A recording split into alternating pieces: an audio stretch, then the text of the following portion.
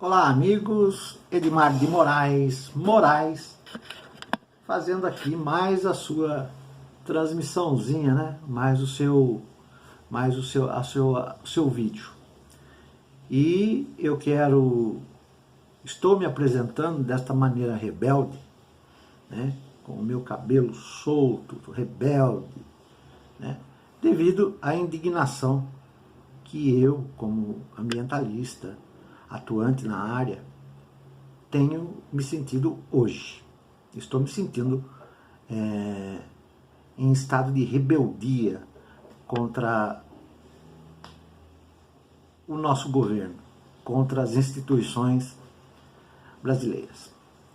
E antes de eu começar a narrar um assunto aqui que pode ser até extenso, porém, ele já foi editado em 2016, tá?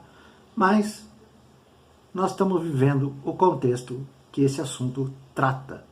E esse assunto é da revista Super Interessante, tá certo?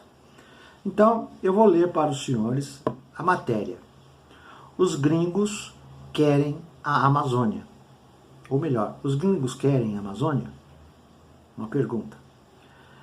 A maior floresta do planeta desperta a cobiça de potências estrangeiras. É melhor ficar esperto, já existem até mapas que colocam como uma área internacionalizada. Da redação da revista Super Interessante.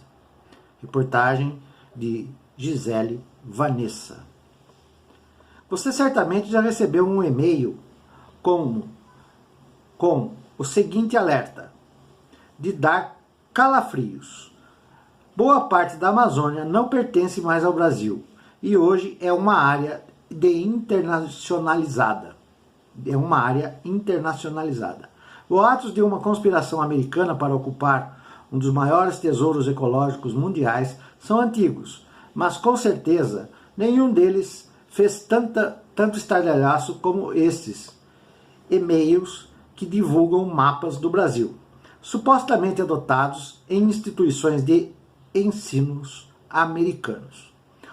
É que mostram a região amazônica e o Pantanal irremediavelmente como, abre aspas, área de controle internacional, fecha aspas. Segundo os conspirólogos americanos, estariam doutrinando estudantes para uma guerra de posse de parte do território verde e amarelo. As mensagens espalhadas pelo correio eletrônico trazem anexa uma cópia de um suposto livro chamado An Introduction to Geography, abre aspas, uma introdução à geografia, fecha aspas, de autoria de David Norman, mostrando que o Brasil, sem a Amazônia, que é tratado como área internacionalizada. O jornal Estado de São Paulo, na edição de 2 de dezembro de 2001, apurou os fatos e descobriu que o e-mail era falso. A matéria diz que a mensagem partiu de estudantes universitários e que não existe nenhum livro com o tal título registrado na Biblioteca do Congresso. No entanto, tem muita gente que ainda teima em afirmar que estão nos ocultando a verdade. Yanomamis.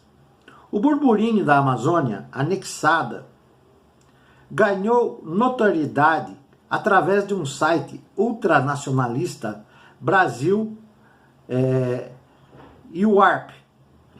UARP.com, mantido por militares brasileiros na reserva.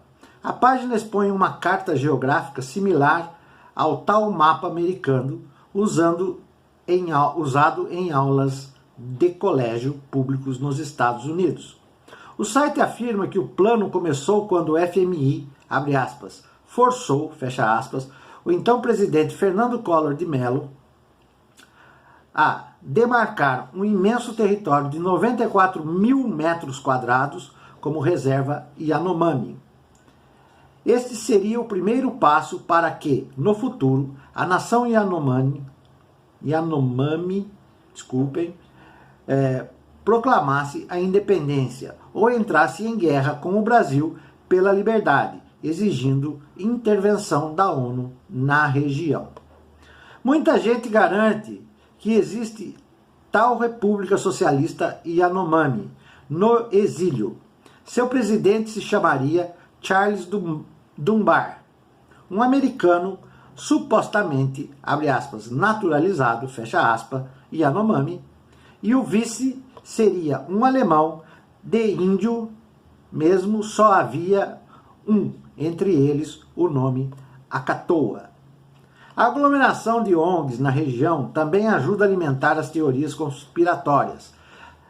Ao todo, estima-se que haja mais de 500 organizações não governamentais, muitas delas estrangeiras, espalhadas ao longo de 12.918 quilômetros de fronteiras amazônicas nacional, que é vigiada por pouco mais de 22 mil homens.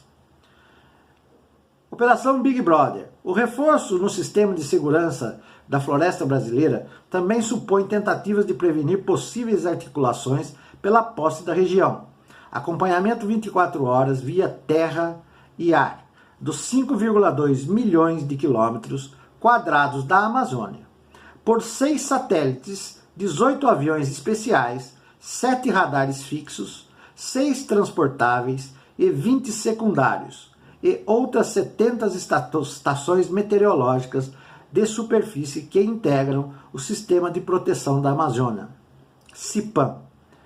Apesar do avanço da tecnologia, a concorrência para a fabricação e instalação dos componentes do CIPAM foi feita pela mesma empresa americana responsável pelo abastecimento das Forças Armadas dos Estados Unidos. Desta forma, as informações passariam pelo Pentágono antes de chegar ao Brasil. Estranhas movimentações na Amazônia não são novidade. Em 1967, o bilionário americano Daniel Ludwig comprou uma fazenda de 16 mil quilômetros quadrados na divisa do Pará com o Amapá. O projeto Jari Ludwig queria vender celulose para o mundo todo e investiu 1,3 bilhão de dólares na fazenda, mas por alguma razão a iniciativa naufragou. Nacionalistas acusavam Ludwig de ser parte de uma ação conspiratória para criar uma Amazônia internacionalizada. Todos esses interesses pela região não é à toa. A Amazônia tem o potencial para transformar o Brasil na nação mais rica do planeta. Abriga 30% da biodiversidade da Terra, 1/3 das florestas latifoliadas e a maior bacia de água doce do mundo. Segundo a estimativa de pesquisas da Universidade de Maryland, os benefícios criados pela floresta verde e amarela correspondem a 1,1 trilhão de dólares anualmente. Vivem na Amazônia 67% do total de mamíferos do mundo. Abre aspas. Caso Brasil resolva fazer uso da Amazônia de forma que ponha em risco o meio ambiente nos Estados Unidos, temos que estar prontos para interromper este processo irremediavelmente, fecha aspas, afirmou Patrick Hughes, chefe do órgão central de informações das Forças Armadas americana. Uma das primeiras mostras públicas de interesse estrangeiro de ocupar o território amazônico foi a campanha deflagrada por um tenente da Marinha Americana, Matthew Fontaine Maury. Ele defendia a ideia de que a Amazônia era parte do complexo geográfico constituído pelo Golfo do México, sendo assim uma extensão natural do Mississippi. Por isso acreditava que a América Meridional deveria ser transformada em uma dependência dos Estados Unidos. Abre aspas. É o paraíso da matéria-prima, aguardando a chegada de raças fortes e decididas para ser conquistado científica e economicamente, fecha aspas, afirmava a respeito do território onde se escondia uma das maiores reservas mundiais de minerais. Em 1853, o governo americano enviou ao Congresso um texto em referência à Amazônia, com os seguintes dizeres, abre aspas, uma região que se aberta à indústria no mundo, a indústria do mundo, ali se achariam fundos inexauríveis de riquezas, fecha aspas. Já por volta de 1960, foi a vez de ficar famosa a proposta do futurólogo americano Herman Cahl, do Instituto Hudson.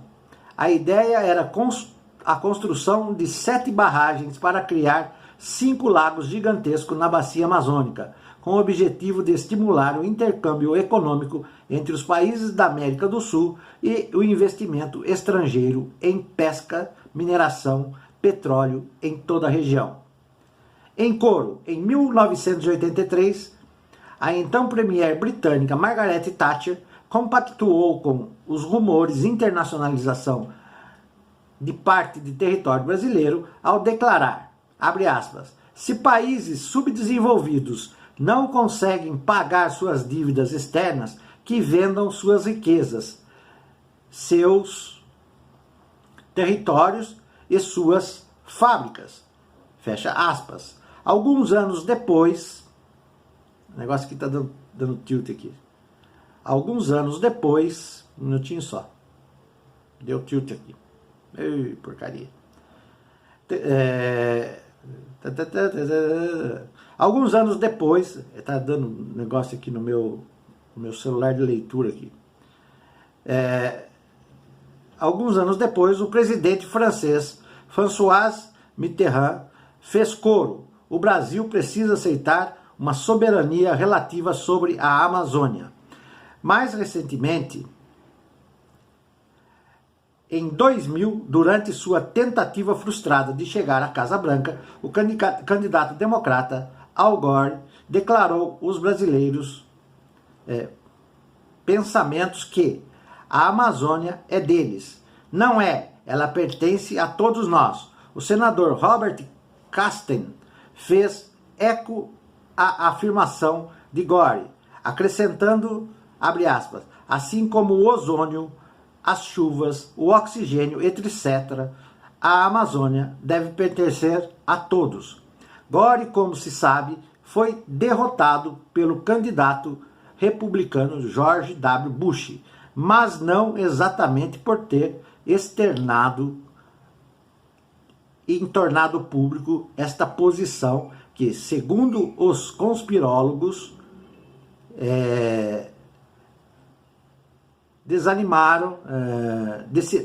decididos por muitos cidadãos americanos.